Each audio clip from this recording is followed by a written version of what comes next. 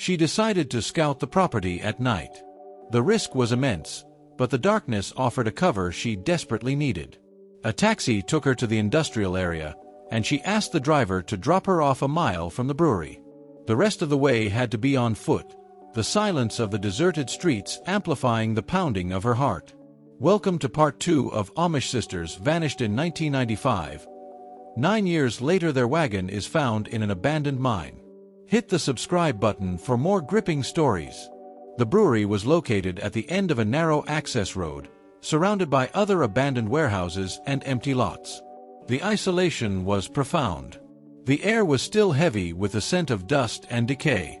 Quilla approached the property cautiously. A rusted chain-link fence surrounded the perimeter, topped with barbed wire. The main gate was secured with a heavy padlock. The property was overgrown with weeds. The asphalt was cracked and uneven. The warehouse itself was a large, imposing structure. The windows were boarded up or broken. The metal siding was rusted and stained. It looked derelict, abandoned. Her heart pounded as she approached the fence. She needed to find a way in. The fence was high, the barbed wire menacing. She circled the property slowly and quietly. Eventually, she found a section of the fence where the ground had eroded, creating a small gap underneath. It was tight but passable. Hesitation gripped her. The fear urged her to turn back. This was illegal, dangerous. If BER found her here, there would be no one to help her. But the thought of her daughters, the possibility that they might be inside, propelled her forward. Quilla knelt down and ignored the dirt and grime as she squeezed under the fence. The metal scraped against her back. When she emerged on the other side, her breath was held tight in her chest. She was inside the perimeter. The warehouse loomed ahead. She kept low and used the overgrown weeds and discarded equipment as cover while moving toward it. As she got closer, signs emerged that the brewery was not entirely abandoned. A section of the warehouse, the area where Russo had observed BER entering, seemed to have power. A faint light seeped through the cracks in the boarded-up windows. And the smell, it was stronger here, overwhelming, the pungent odor of yeast and fermentation, the sickly sweet scent of stale beer. But something else was mixed with it, something foul, unpleasant, the smell of decay. Quilla suppressed a wave of nausea, the scent triggering a visceral reaction. She pressed her ear against the cold metal of the warehouse wall. Muffled sounds came from inside, the low hum of machinery running, a faint scraping sound, something else indistinct, unrecognizable. She needed to see inside. The wall offered few options for viewing. She searched until she found a window that was not boarded up, but it was covered in grime, the glass opaque. Her attempts to wipe the grime away with her sleeve proved useless. It was thick, stubborn. The interior was barely discernible, a large, cluttered space, shapes indistinct in the dim light. She needed to get closer. The main entrance was a large roll-up door secured with another padlock. She moved toward it. Suddenly, a low growl broke the silence. Quilla froze. She scanned the darkness. A large shape emerged from the shadows near the entrance, a dog. A large, aggressive-looking Rottweiler. It was chained to a metal stake in the ground, but the lead was long, allowing it a wide range of movement. The dog saw her. It barked viciously, the sound echoing in the stillness of the night. It lunged toward her, the chain snapping taut as it reached the end of its tether. The dog was agitated, ferocious. It strained against the chain, its teeth bared, its eyes fixed on her. Quilla stumbled back. A jolt of adrenaline surged through her. She hadn't expected a guard dog. The noise was too loud. If BER was inside, he would have heard it. Retreat was the only option. She turned and ran back toward the fence. The dog's barking followed her as she scrambled under the fence and disappeared into the darkness. She didn't stop running until she reached the main road. Her lungs burned. Her body trembled. She had failed to get inside the warehouse, but her suspicions were confirmed. BER was using the brewery. He was hiding something there, and he was protecting it. The setback was frustrating, but it also clarified the challenge. Getting into the brewery undetected was impossible. The security measures were too tight. A new strategy was needed. She needed to rattle BER, force him to make a mistake. Direct confrontation was the only path left. The decision was terrifying, reckless. But Quilla knew it was the only way. The passive observation had reached its limit. It was time for action. The encounter with the guard dog crystallized the reality of the situation. The brewery was a fortress, and Kenton BER was guarding its secrets fiercely. Quilla realized that a stealthy approach was impossible. The police were still immobilized by legal constraints. Time was running out. A highly risky strategy was formulated. She couldn't get into the brewery, but she could get to BER. The goal was to rattle him, to force him out of the shadows and into the light. Confirming his identity publicly, exposing him, might force him to make a mistake in his panic. From her surveillance, Quilla knew BER's routine. He frequented the local diner, the Greasy Spoon on the edge of town, every morning at 8 a.m. sharp. It was a public space, neutral ground, offering a degree of protection, but also the potential for a volatile confrontation. The next morning, Quilla arrived at the diner before sunrise. Sitting in a booth near the entrance, her back to the wall, she had a clear view of the entire room. She ordered a cup of coffee, the bitter liquid scalding her throat. The diner was quiet, the early morning clientele sparse, a few truckers, a couple of locals reading the newspaper. The waitress eyed her with curiosity but didn't ask any questions. Quilla waited, her hands clasped tightly around the warm mug. Her heart pounded a slow, heavy rhythm against her ribs. The words she would say, the questions she would ask, were rehearsed in her mind. At 8 a.m., the bell above the door jingled. Kenton BER walked in. He moved with the same aggressive energy she had observed before. He looked disheveled, agitated, scanning the room, his eyes narrowed, before he settled into his usual booth in the back corner. Quilla watched him, her gaze steady. The waitress approached him. The interaction was brief, familiar. BER ordered his coffee. This was the moment. Standing up, Quilla's movements were deliberate, measured. Walking toward BER's booth, the eyes of the other patrons followed her. The silence in the diner seemed to deepen, the tension palpable. She reached the booth. BER looked up, his expression annoyed, expectant. He didn't recognize her at first. He saw an Amish woman out of place, perhaps seeking charity or assistance. "Kenton BER," Quilla said, her voice clear and steady, cutting through the silence. BER froze, the coffee mug halfway to his lips. His eyes widened in surprise, then narrowed in suspicion. "Who are you?" he demanded, his voice rough. "My name is Quilla," she said. The recognition hit him instantly. He must have seen her picture in the local news coverage of the buggy discovery, or perhaps he had been watching the settlement, studying his victims. "You," he hissed, the word laced with venom. "I want to know what happened to my daughters," Quilla continued, her voice unwavering. "I want to know about the abandoned mine shaft." BER's expression darkened, a storm of rage gathering in his eyes. "You have no right to be here. You have no right to ask me anything. And the smell of yeast," Quilla pressed on, the words calculated to provoke a reaction. "The smell on the day Zilla Hostler was attacked. The same smell that clings to you now." The accusation hung in the air, heavy and sharp. The other patrons in the diner were staring now, conversations hushed. BER's reaction was explosive. He slammed the coffee mug onto the table, the liquid sloshing over the rim. Standing up, he towered over Quilla. "You crazy bitch," he roared, his face contorted in rage. "You think you can come here and accuse me? You think you can dredge up the past?" He lunged forward, flipping the table with a violent heave. The dishes shattered on the floor, the sound echoing in the sudden silence. Quilla stumbled back, the violence of the reaction shocking her despite her anticipation. BER was enraged, exposed. He advanced on her, his hands clenched into fists. "I should kill you right now," he threatened, his voice loud enough for everyone in the diner to hear.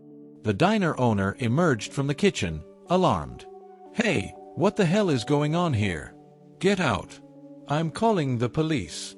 BR paused, the threat of the police momentarily cutting through his rage. He looked around, realizing he was exposed, vulnerable.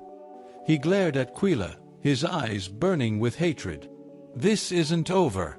You hear me? This isn't over." He stormed out of the diner, slamming the door behind him, the bell jingling frantically.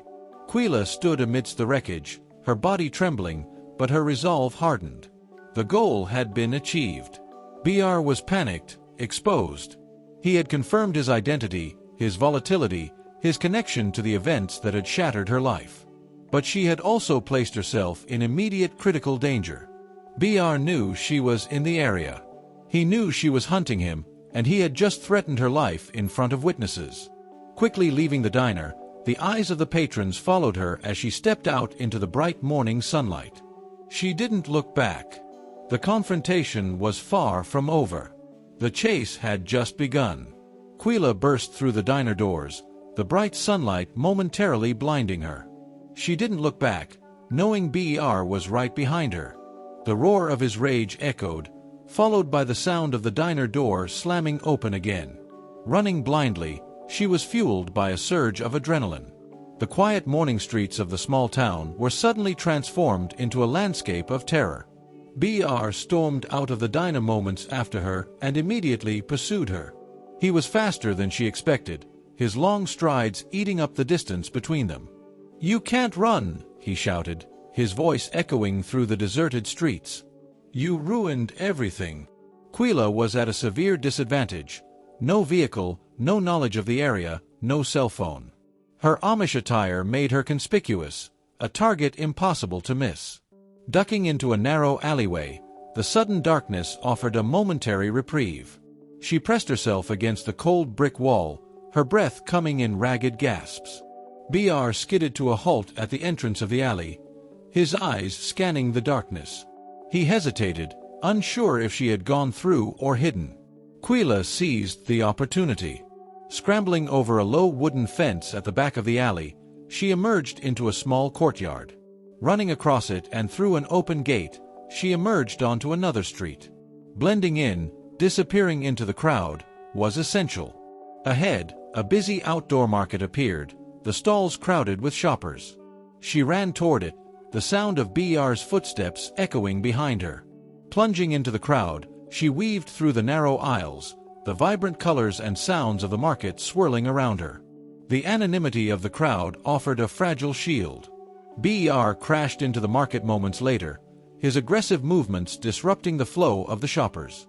He scanned the crowd desperately, his eyes wild with rage. Quila kept moving, staying low, using the stalls and the shoppers as cover. She saw him looking in her direction, his eyes sweeping over the crowd. Ducking behind a large display of fruits and vegetables, her heart pounded in her chest. He moved closer, his presence suffocating. The familiar odor of yeast and sweat cut through the fragrant aromas of the market.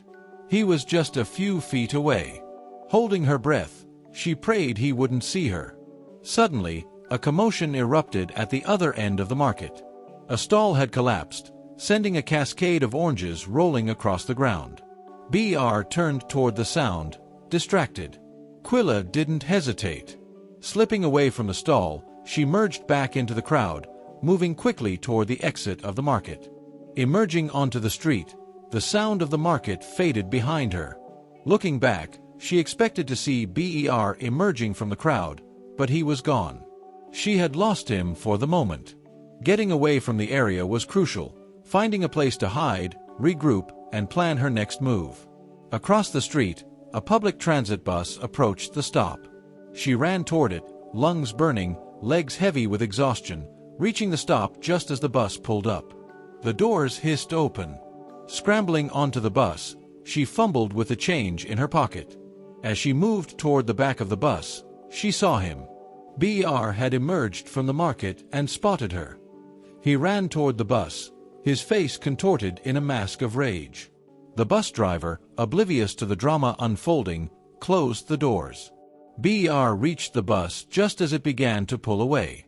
He banged furiously on the windows, his shouts muffled by the glass. Quilla watched him from the window, her body trembling with relief and terror. He stood in the street, watching the bus disappear down the road, his figure growing smaller and smaller until he vanished from sight. She was safe, for the moment. Getting off the bus in a different part of town, she found a quiet residential area far from the center. The streets were lined with trees, the houses small and neat. She found a public library, the building modern and imposing. Inside, the cool, quiet atmosphere was a welcome respite from the chaos of the chase. In a secluded corner, she sat down, the silence enveloping her. She was safe, but the victory was temporary. BR knew she was in the area. He was actively hunting her, and he was enraged, unpredictable. The confrontation had forced him out into the open, but it had also backed him into a corner, and a cornered animal is the most dangerous. Quilla knew she had to act quickly. The chase had created a window of opportunity. BR was distracted, focused on finding her. He wouldn't be at the brewery. This was her chance, her only chance, to get inside the warehouse. The adrenaline from the chase slowly receded, leaving behind a cold, hard clarity. Quilla knew BR would be searching the town for her, his rage blinding him to everything else. He would be distracted and preoccupied. This was the window of opportunity she had created, a brief moment when the brewery would be unguarded. It couldn't be wasted. Evening fell, and the darkness offered a degree of cover. Quilla left the library. The quiet streets felt ominous, menacing. She had to make her way back to the isolated industrial area, a journey of several miles without being detected. The back roads and alleys provided cover. The shadows concealed her movements. She traveled slowly and cautiously, her senses heightened. Every passing car, every distant sound sent a jolt of fear through her. The guard dog remained a problem. The ferocious Rottweiler was a formidable obstacle, and another confrontation was too risky. She stopped at a small grocery store. The bright lights were jarring against the darkness. She purchased a package of raw meat, the thick steaks heavy in her hand. Her next stop was a pharmacy. The sterile environment smelled of alcohol and medicine. She bought a bottle of mild sedative, a sleep aid recommended by the pharmacist. The plan was risky, uncertain, but it was the only option she had. Late in the evening, she reached the industrial area. The silence was heavy, oppressive. The abandoned buildings loomed like skeletal remains against the night sky. The brewery property lay ahead. Quilla approached cautiously, her heart pounding. The fence was still there, a dark silhouette against the pale moonlight. At the familiar spot, she squeezed under the fence. The metal scraped against her skin. Once on the other side, the smell of yeast and decay washed over her. She kept low and moved toward the warehouse, her eyes scanning the darkness. The guard dog was there, chained near the main entrance. It was asleep, curled up in a tight ball. Quill approached the dog slowly, her movements deliberate and quiet. In her hand, she held the meat, the sedative sprinkled generously over the surface. The dog stirred and lifted its head. A low growl rumbled in its chest. Quill stopped. She held out the meat. "SH," she whispered, her voice soothing. "It's okay." The dog hesitated, suspicious, but the smell of the raw meat was enticing. It stood up and took a tentative step toward her. She tossed the meat toward the dog. It landed on the ground a few feet away. The dog looked at the meat, then at Quill. Hunger won over suspicion. It lunged at the meat and devoured it in a few gulps. Quill waited, her breath held tight in her chest. The sedative would take some time to work. The dog remained alert for a few minutes, pacing restlessly. Then its movements started to slow, becoming sluggish. Finally, it lay down, its head resting on its paws, eyes closing. The dog was neutralized. Now, she needed to find a way inside. The back of the warehouse seemed more promising than the main entrance with its roll-up door. A small, grimy window caught her attention. The glass was broken in one corner. It was high up on the wall, but accessible. She searched for something to stand on. A discarded wooden pallet leaned against the wall. She dragged it toward the window, the sound loud in the silence. The pallet was unsteady beneath her feet as she climbed onto it. She reached the window. The rest of the glass had to be broken. Another search of the area yielded a tire iron, rusted and discarded in the weeds. She used the tire iron to smash the window. The sound of shattering glass echoed in the stillness. Working quickly, she cleared the remaining shards from the frame, creating an opening large enough to climb through. The metal frame dug into her hands as she pulled herself up. She scrambled through the opening and dropped onto the floor inside the warehouse. The landing was hard, jarring her body. She lay there for a moment, listening, her senses overwhelmed by the darkness and the smell. She was inside. The air was thick, heavy. The smell of stale beer and decay intensified, almost suffocating. The darkness was absolute, the only light coming from the pale moonlight filtering through the broken window. Quill stood up. Her eyes slowly adjusted to the gloom. She was in a large, cluttered space. The interior of the warehouse was a maze of shadows and indistinct shapes. The silence was heavy, broken only by the faint hum of machinery and the dripping of water somewhere in the distance. The fear was a cold knot in her stomach, but the determination was stronger. She had come too far to turn back now. She started into the darkness, navigating the cluttered space, heading toward the area where the lights had been seen, the area where BER spent his time, the area where the secrets were hidden. Quill navigated the darkness of the warehouse, her movements slow and cautious. The interior was a cavernous space, the ceiling high above her, shadows stretching long and distorted in the pale moonlight. The air was thick and heavy, the smell of yeast and decay so strong it coated her tongue with a bitter taste. Beneath it, the foul odor she had noticed before was more pronounced, a distinctly human smell of sweat, filth, and something else, something sickly sweet and unsettling. Moving through a maze of old brewing equipment, towering metal vats, rusted pipes, and stacks of wooden pallets, she found the floor slick with spilled liquids, the footing treacherous. The silence was broken by the low hum of refrigeration units, suggesting that parts of the brewery were still operational. She headed toward the area where the lights had been visible, the section of the warehouse that BR frequented. In the back corner, she found it, a makeshift living space carved out of the clutter. It was a disturbing sight. A filthy mattress lay on the floor, surrounded by discarded food containers and empty beer bottles. A small portable television flickered silently in the corner, the screen casting an eerie glow over the scene. The walls were covered in strange writings and symbols scrawled in black marker. Quill stared at them, her blood running cold. It was a twisted ideology, a mixture of religious condemnation, misogynistic rants, and strange ritualistic phrases. This was a glimpse into the darkness of BER's mind, his hatred and resentment laid bare. A wave of nausea washed over Quill. This was the environment where BER nurtured his hatred, where he plotted his revenge against the world he believed had wronged him. Searching the living space, she looked for any sign of her daughters, any evidence linking BER to the disappearance. Nothing was found. No clothing, no personal items, nothing to suggest that Iva or Elizabeth had ever been there. The frustration mounted. The warehouse was vast, the clutter overwhelming. If there was something here, it was well hidden. Expanding her search, she moved deeper into the warehouse, into areas that seemed abandoned and unused.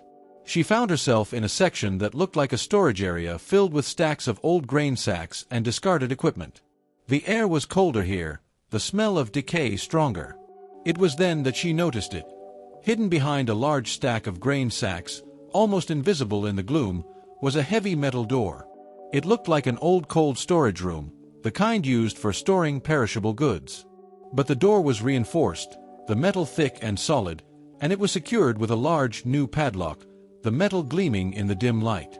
A cold storage room, reinforced and padlocked, in an abandoned brewery. Quill approached the door, her heart pounding, the suspicion solidifying into a chilling certainty. This was what BER was hiding. Pressing her ear against the cold metal, she listened. The silence was heavy. Nothing was heard at first. Then a faint sound, a slight shifting movement, a suppressed breath. Someone was inside. Quill's breath caught in her throat. The agonizing hope and desperate fear collided in a wave of emotion. Evaith. She had to get inside. The padlock was thick, solid. Breaking it with her bare hands was impossible. Frantically searching the area, she looked for tools. The darkness hampered her search, the clutter obscuring everything. A toolbox was discovered hidden under a workbench. The metal was rusted and stained. Inside the open box was a collection of tools, disorganized and dirty. She found a heavy bolt cutter. The blades were dull, the handle stiff, but it was the only option she had. Returning to the door, the bolt cutter heavy in her hands, she positioned the blades around the shank of the padlock, the metal cold against her skin. Squeezing the handles, she put all her strength into the effort. The metal groaned, resisting. The padlock held firm. She tried again, a surge of adrenaline giving her renewed strength. Squeezing harder, the muscles in her arms burned. The metal snapped, the sound loud in the silence. The padlock fell to the ground, the clang echoing in the stillness. The door was unlocked. Quill hesitated, her hand trembling as she reached for the handle. The fear of what she might find inside was overwhelming, the possibility of disappointment, the confirmation of her worst fears. But the need to know was stronger. Taking a deep breath, she steeled herself for what was to come. She turned the handle and pulled the door open. A wave of cold air washed over her, the smell of filth and despair overwhelming. The darkness inside the room was absolute. Stepping inside, Quill's eyes struggled to adjust to the gloom. The silence was heavy, broken only by the sound of her own breathing. "Iva," she whispered, her voice trembling. No response. Reaching for a light switch on the wall, she flipped it on. A single bare bulb flickered to life, casting a dim yellowish light over the scene. The sight that greeted her was horrific, profoundly wrong. Quill felt the world tilt beneath her feet. The room was small, windowless, a concrete cell. The conditions were horrific. The floor was covered in filth, the walls stained and peeling. A thin, dirty mattress lay in the corner, the only furniture in the room. The air was cold, the smell of human waste and despair suffocating. In the center of the room, huddled on the floor, was a woman, pale and thin, her skin almost translucent. Dressed in ragged non-Amish clothing, a stained t-shirt and sweatpants hung loose on her emaciated frame. Her hair was long, tangled, and dirty. She was rocking back and forth, her arms wrapped around her knees, her eyes closed, reciting something in a low, monotonous voice. The strange ritualistic phrases were recognizable from the writings on the warehouse walls. Quill stared at her, heartbroken. The woman was broken, traumatized, lost. And then the woman opened her eyes. They were blue, a bright, piercing blue. The same blue as Elizabeth's. The same blue as Iva's. The recognition hit Quill with the force of a physical blow. It was Iva, her younger daughter, 19 when she vanished, now 28. "Iva," Quill whispered, the name a prayer, a plea. Iva looked at her, her eyes wide with fear, yet devoid of recognition. Scrambling back, she pressed herself against the wall, her body trembling. "No," she whispered, her voice raw, broken. "He will be angry. I am not allowed to speak." She was terrified of Quilla, terrified of punishment from BER. The 9 years of captivity had erased her identity, her memory, her connection to the world. Quilla approached her slowly, her movements gentle, soothing. Kneeling down, her hands were outstretched. "Iva, it's me. It's Mama." Iva shook her head, the movement frantic, desperate.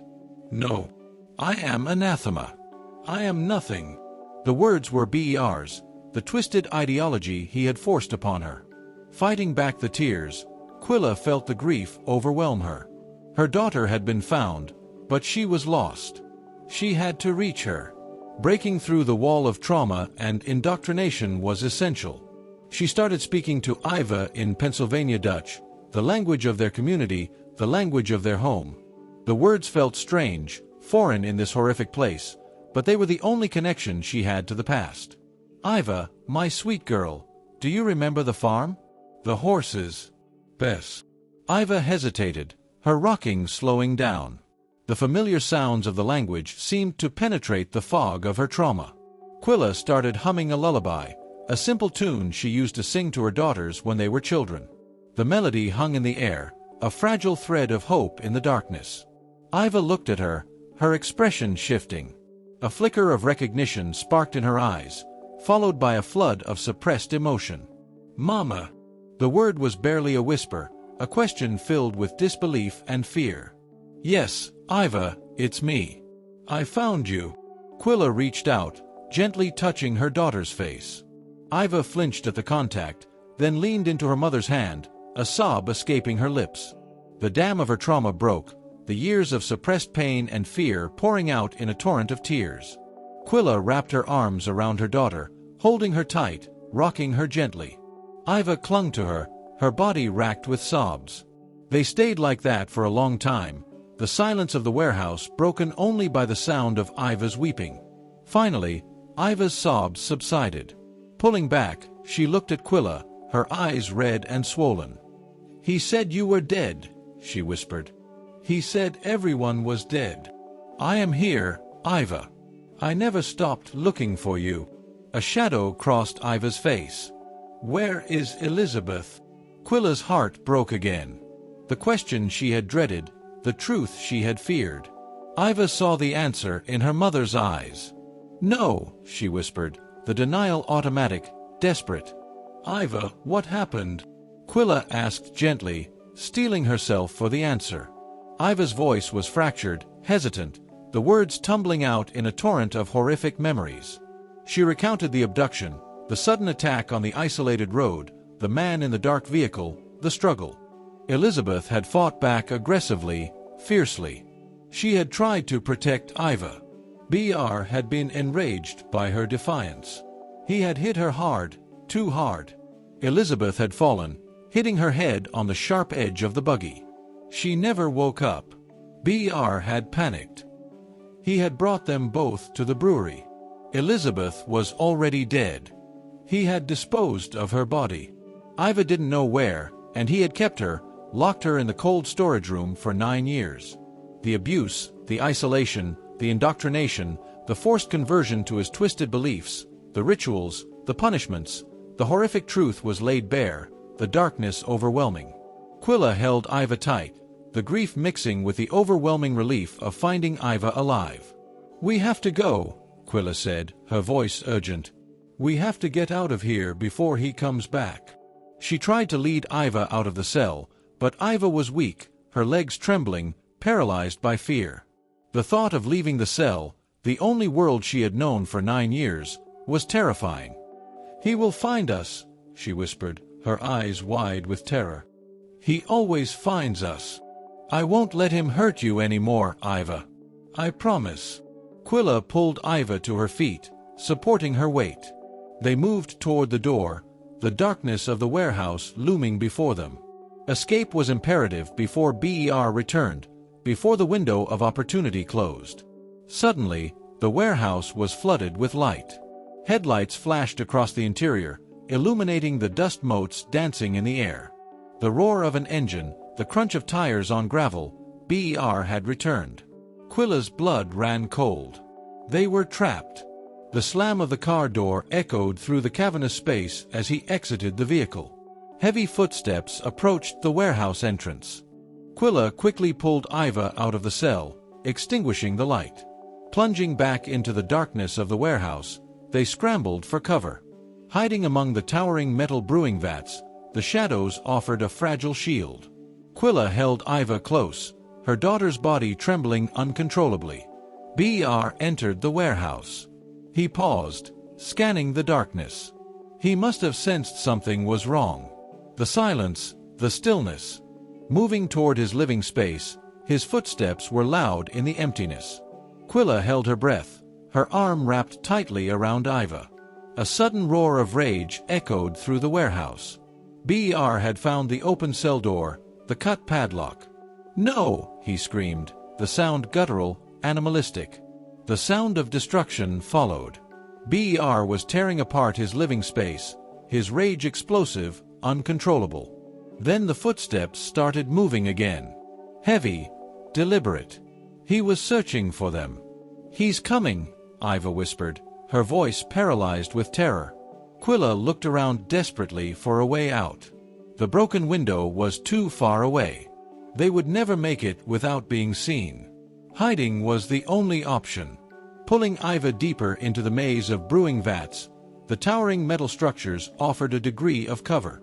They crouched in the shadows, the darkness enveloping them.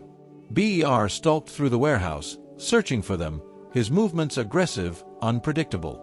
He was ranting, his voice a low monotone, the twisted phrases of his ideology mixing with threats of violence. "You can't leave," he shouted into the darkness. "You belong to me. You are nothing." He grabbed a heavy piece of metal piping from the floor, wielding it like a club. He smashed it against the metal vats, the sound deafening. He was getting closer. Quilla could see him now, a dark silhouette against the dim light filtering through the entrance. He was moving systematically, checking behind every piece of equipment, every stack of pallets.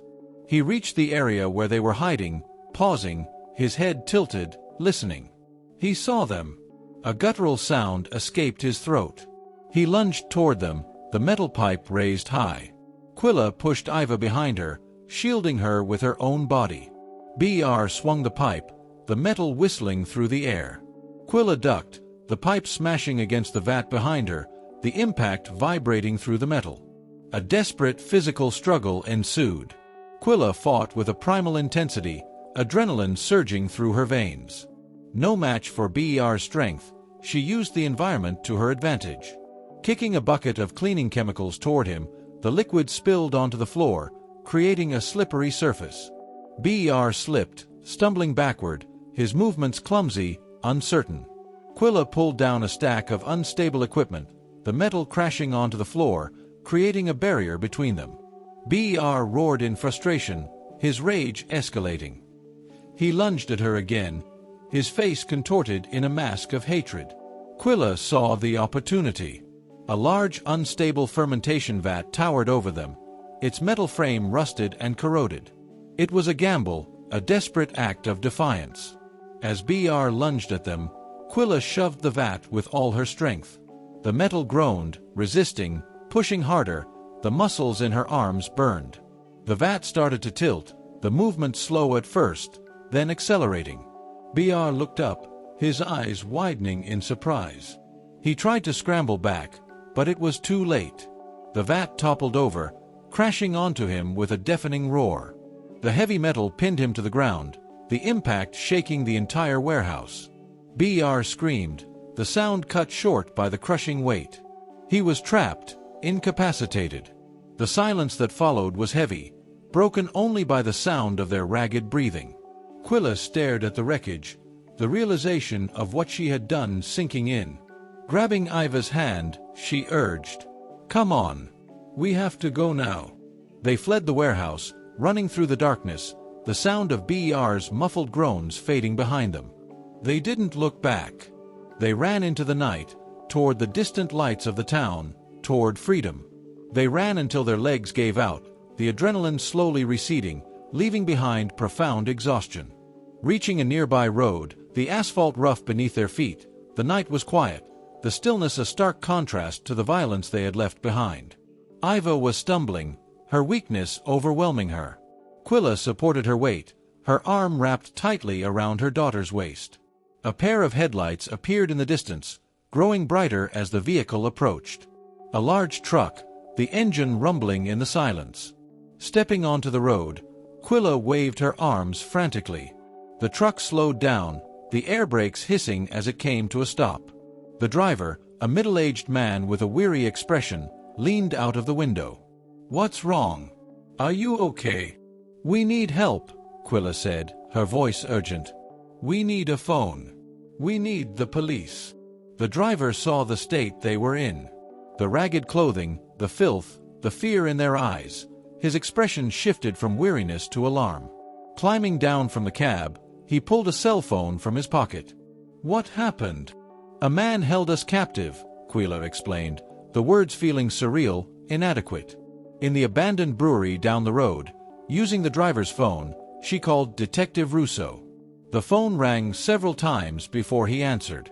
His voice was gruff, sleepy. "Russo, it's Quila Vout. I found her. I found Eva." A stunned silence on the other end of the line. "What? Where are you?" Quila gave him the location, the details tumbling out in a torrent of fragmented sentences. The brewery, BER, the cell, the fight. "He's trapped," she finished, her voice trembling. "Under a vat. He's injured, but alive." "Stay where you are," Russo ordered, his voice sharp, alert now. "I'm sending units to your location and to the brewery. Don't move." The wait was agonizing. Quila held Iva tight, the reality of their escape slowly sinking in. They were safe. They were free. The police arrived moments later, the flashing lights painting the darkness in shades of red and blue.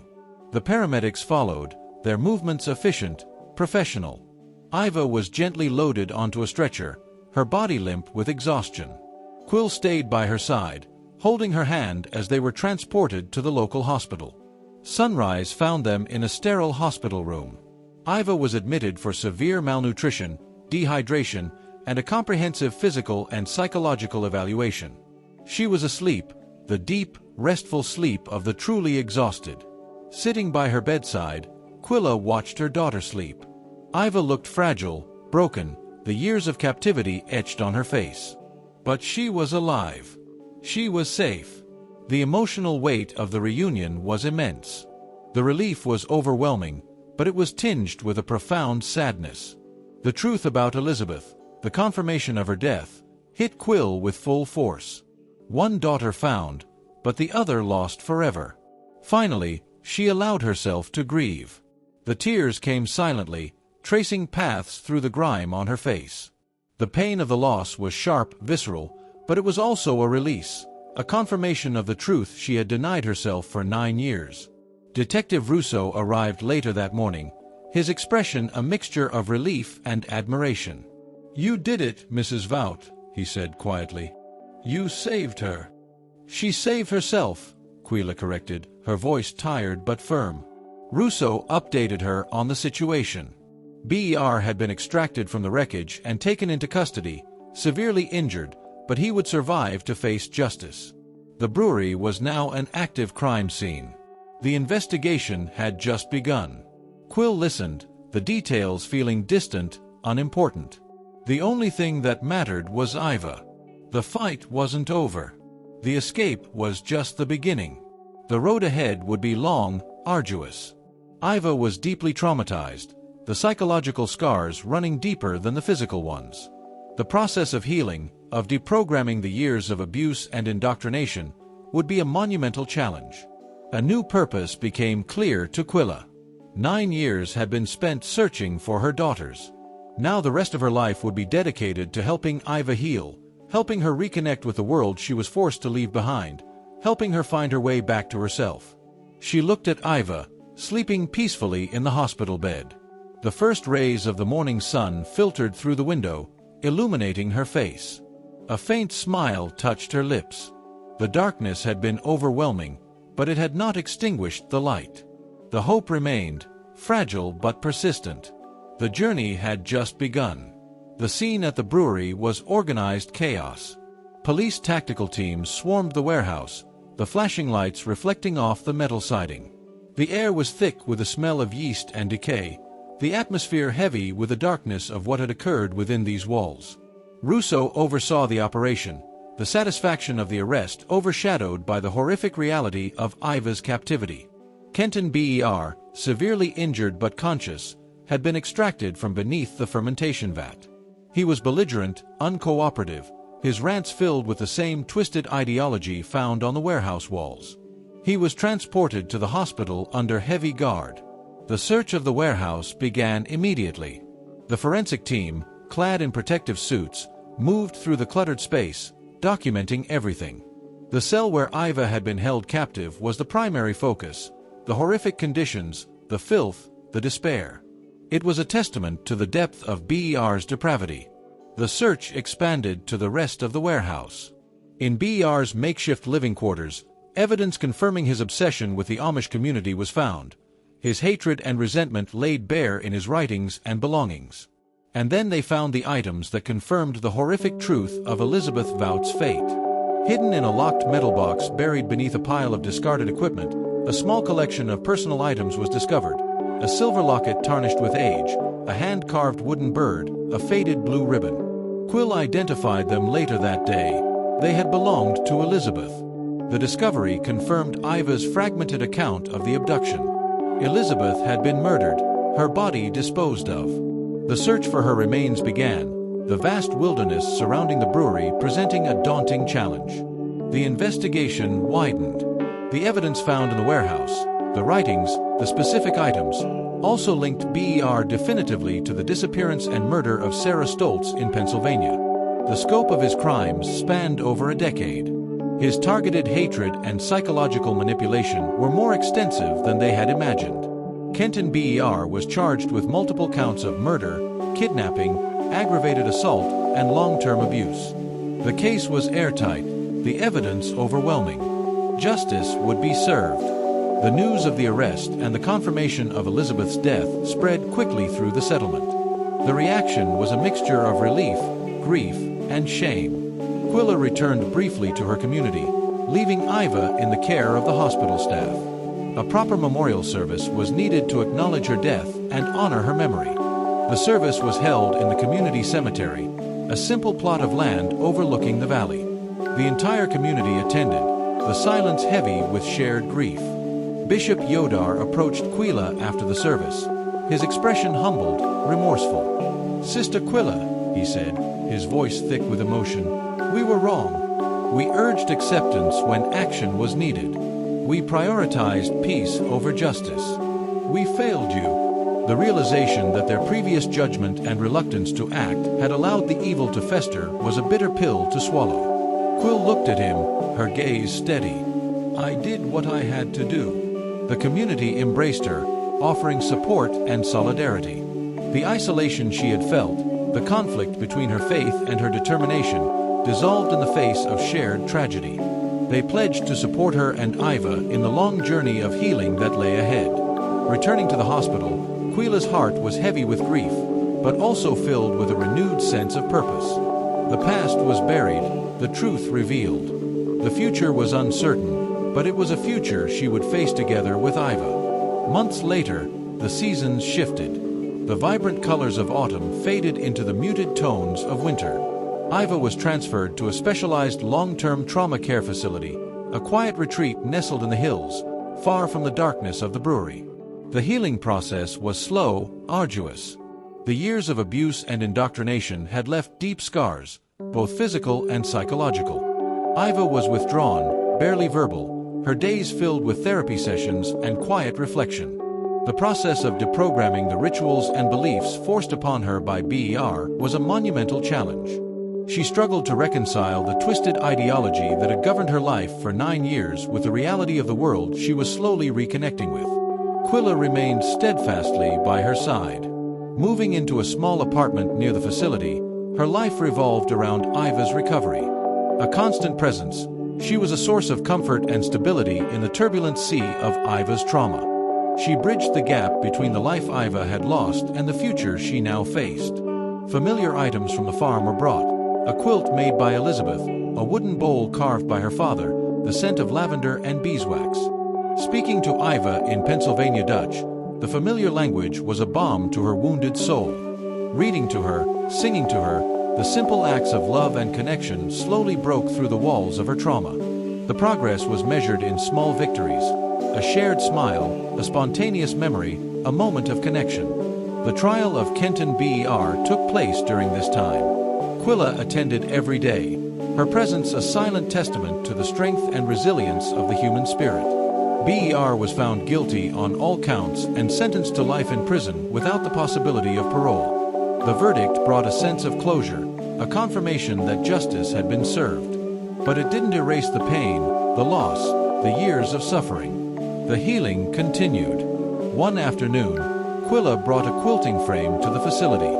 Setting it up in the common room, the colorful fabrics were a vibrant splash of color in the sterile environment. Sitting down at the frame, her movements were methodical, practiced. She started quilting, the needle weaving through the fabric, creating intricate patterns. Iva watched her, her expression curious. Approaching the frame, her hand reached out to touch the fabric. "Do you remember?" Quill asked gently. "We used to quilt together." You and Iva nodded, a faint smile touching her lips. Quilla handed her a needle and thread. "Would you like to try?" Iva hesitated, then took the needle, her hand trembling slightly. She sat down beside Quilla, the quilting frame between them. Focusing on the fabric, the needle poised above the surface, she took a deep breath. Then she pushed the needle through the fabric, completing a single stitch. It was a small, imperfect stitch, but it was a beginning. Quilla looked at her daughter, her heart filled with profound love and fragile hope. The road ahead was long, the healing incomplete, but they were together, and they were moving forward, one stitch at a time.